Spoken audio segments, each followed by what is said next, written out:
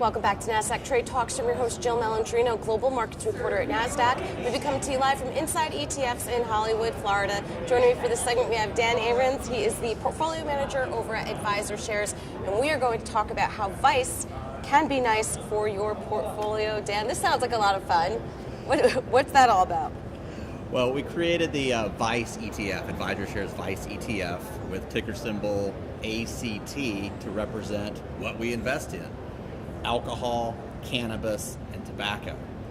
Now, there's a lot of buzz about interest in cannabis investing, but it's very important to do it carefully, do it right.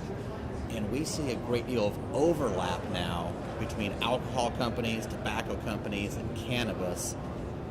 These are some of our fun. Well, I mean, there's a lot of alcohol companies that are acquiring pieces of cannabis companies Certainly. As well, right?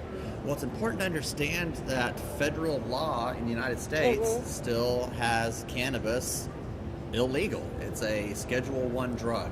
Now, some states have legalized it, but that creates big banking problems. So investing in cannabis is a very dicey proposition.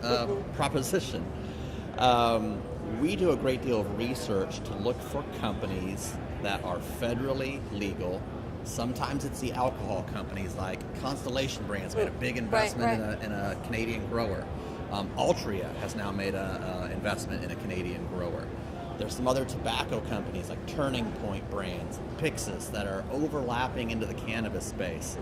This company I just said, Turning Point Brands, is a tobacco company, but they own Zigzag rolling papers. Right. And they're involved in the vaping business.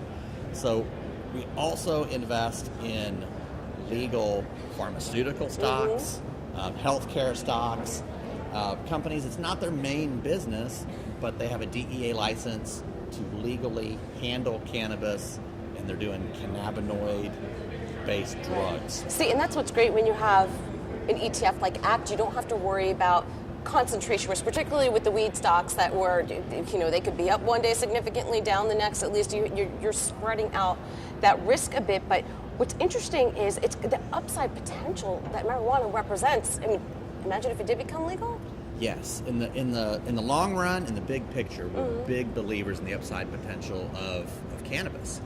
But again, the way federal laws are, and with some of these upstart Canadian growers that with extreme volatility, some small cap stocks without real revenue, or they're trading at really high multiples, we're leery of that. We think we have a very smart way to invest in the upside potential of cannabis, but also have some of the old school recession-resistant, recession-proof tobacco and alcohol stocks. We think it's a very good mix for safety with great upside. All right, so near term, this administration doesn't sound like it's too friendly in terms of legalizing marijuana, but do you think, even if we look beyond that it could be a reality? I think most people in the United States agree that it will be some form of reality at some point in the future. We don't know when that is.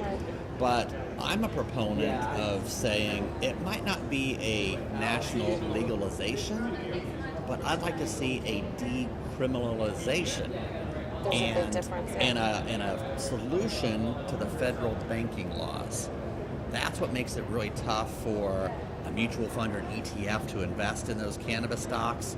Once again, ACT, the Advisor Shares Vice ETF, we think we have an entree into that space by investing the way we are in these companies like Altria and Constellation, and some big pharmaceutical companies like Novartis and Thermo Fisher and AbbVie. They all have cannabis exposure. All right, thank you so much, Dan, for joining us at Inside ETFs. And thank you for joining me throughout the day. I'm Jill Malandrino, Global Markets Reporter at Nasdaq.